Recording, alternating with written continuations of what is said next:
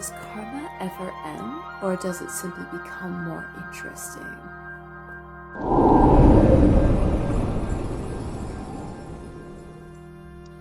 It's the final solar eclipse of 2020.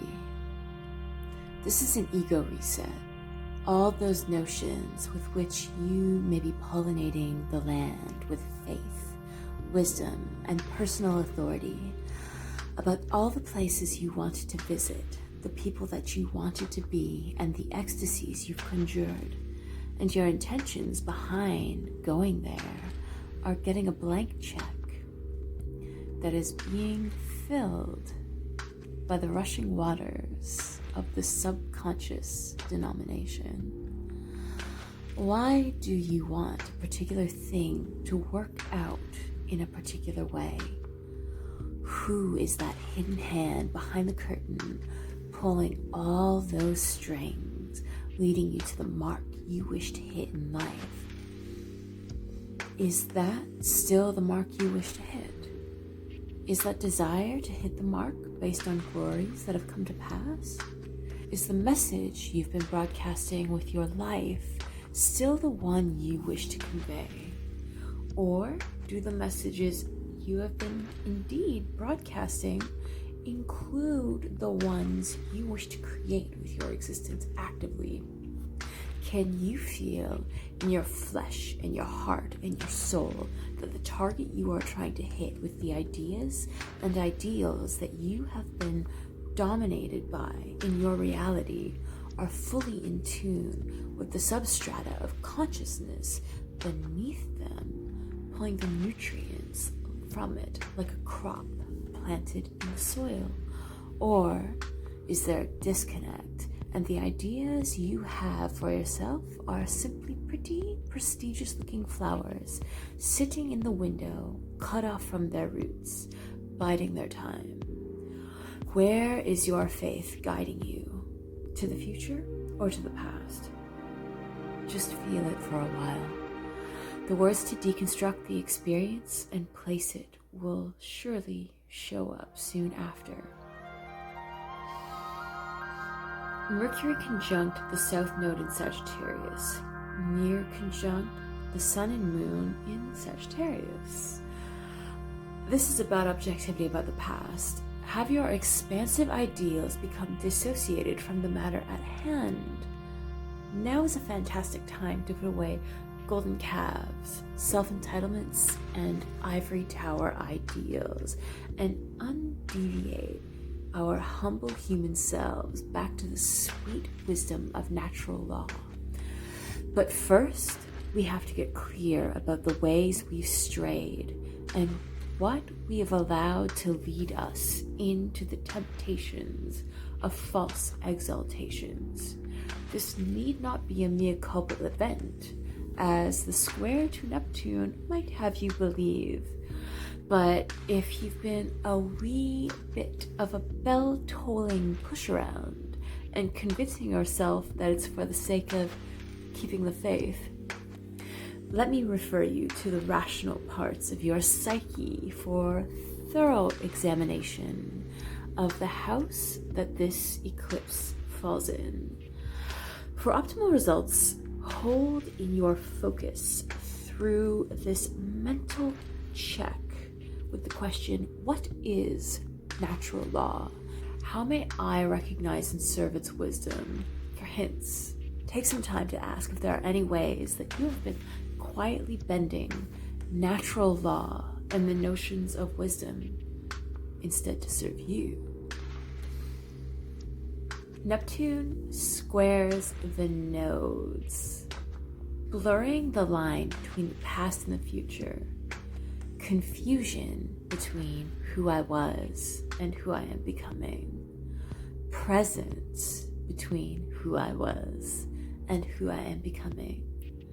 Stillness between who I was and who I am becoming. Between what the world was and what the world is becoming. The primordial threshold between the two. Incubation. Gametes are merging, and now it's up to the ecology whether the world, your community, family, or the echo chamber of your own consciousness. In fact, all of those things. To flip on which genes are going to become active for this next round of adaptation. What kind of container are you creating for this process? This can be answered with Mars, trining Mercury and the South Node, as well as the Sun and the Moon, and sextiling the North Node in Gemini.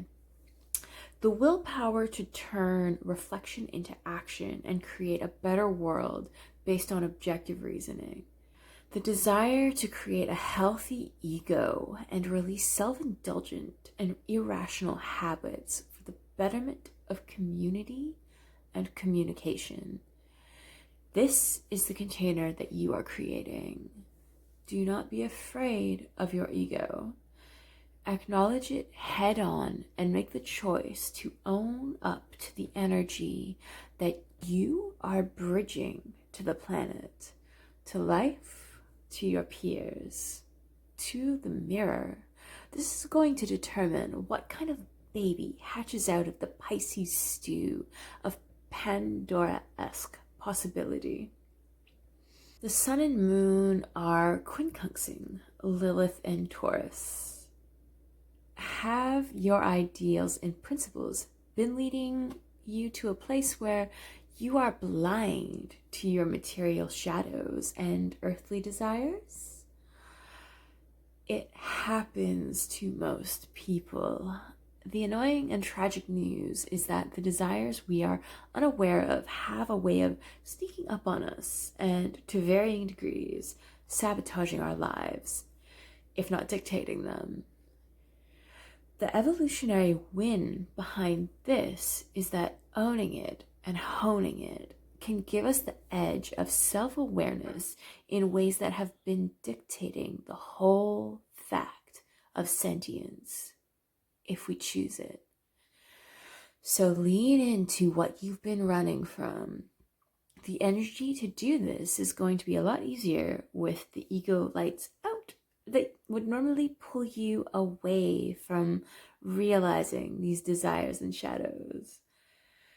What would it be like to have all of your material longings satiated? Whether food, sensuality, possessions, wealth, or simply a connection with Gaia herself.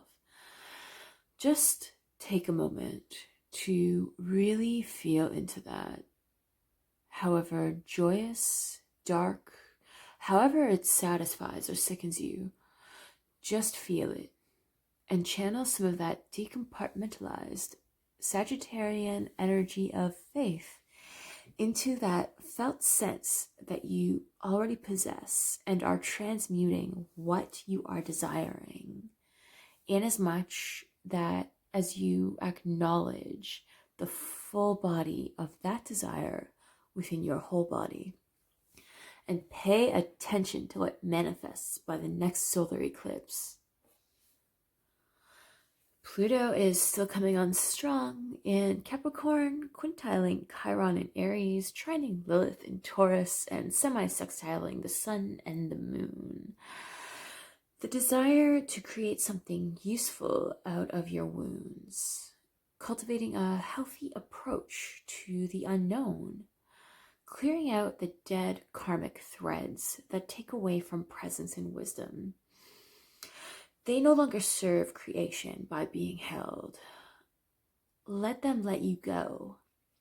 Tapping into the earthly desires from Lilith's transit as a means of regeneration while letting the dead parts of your life fall away so that you can become clear on how to start focusing your life force energy from a refreshed perspective. Fundamental aspects of your life are being restructured by this. This being wherever Pluto is transiting for you. A natural order is falling into place that allows for you to start recognizing your place for all of your troubles and all of your sagacity in whatever matters are associated with the house Chiron is transiting in your chart.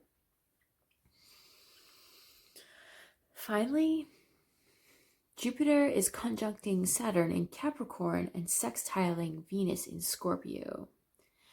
In the background of all of this existential reorientation, a transforming sense of heart, value, and connection is being tempered by possibility and responsibility.